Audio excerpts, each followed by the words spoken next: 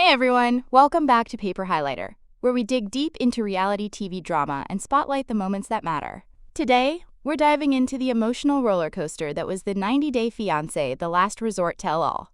And after watching all 5 explosive parts, I can confidently say it. I'm Team Jasmine, and here's why. I went into the 90-day the last resort tell-all with low expectations for Jasmine Pineda, but after the intense 5-part reunion, I found myself empathizing with her during her messy breakup with Gino Palazzolo. After moving from Panama to Michigan to marry Gino, Jasmine's life began to unravel. She had left her 2 sons behind in Panama, and on top of that heartbreak, Gino refused to be intimate with her. Jasmine yearned for a physical connection, but Gino insisted he couldn't move past the way she had treated him, trapping them both in a seemingly hopeless cycle. Early on in 90-Day The Last Resort Season 2, suspicions arose when Jasmine began talking about her friend Matt Branistareanu. It wasn't long before she asked Gino for an open marriage, and naturally, she suggested Matt as her potential partner. The whole situation seemed orchestrated, especially when Jasmine announced she was pregnant with Matt's child while the season was still airing. Going into the tell-all, I wondered how Jasmine could explain her actions. But her explanation was surprisingly reasonable, and by the end, I found myself fully on her side. Jasmine admitted having an open marriage was the biggest mistake ever. During the 90-day The Last Resort tell-all, Jasmine won me over when she tearfully admitted that asking for an open marriage was a mistake.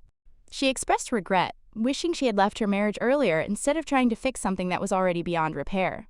Through her tears, Jasmine explained, "Therapy cannot fix everything, and my marriage was done." She took full responsibility for her actions, acknowledging she wasn't a perfect wife. Unlike Gino, she didn't blame the therapist for pushing her toward the idea of an open marriage. While Reba Thomas had shared her own experiences with polyamory, both women agreed that it can only work within a healthy relationship. Jasmine's heartfelt admission made it clear that her decision to pursue an open marriage was a desperate attempt to save her relationship with Gino, and she took full accountability for the choices she made. Jasmine isn't jumping into a relationship with Matt. When Jasmine announced her pregnancy with Matt, I assumed she had left Gino for him. However, Jasmine clarified that she and Gino had broken up right after filming The Last Resort, and she didn't get pregnant until several months later.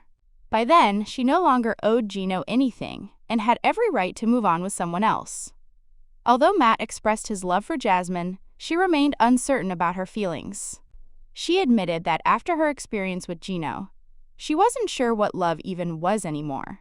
What was even more surprising was that despite her impending divorce and the baby on the way, Jasmine and Matt were not in an official relationship. Even with Matt's declarations of love, Jasmine seemed hesitant to dive into another serious commitment, even with the father of her child.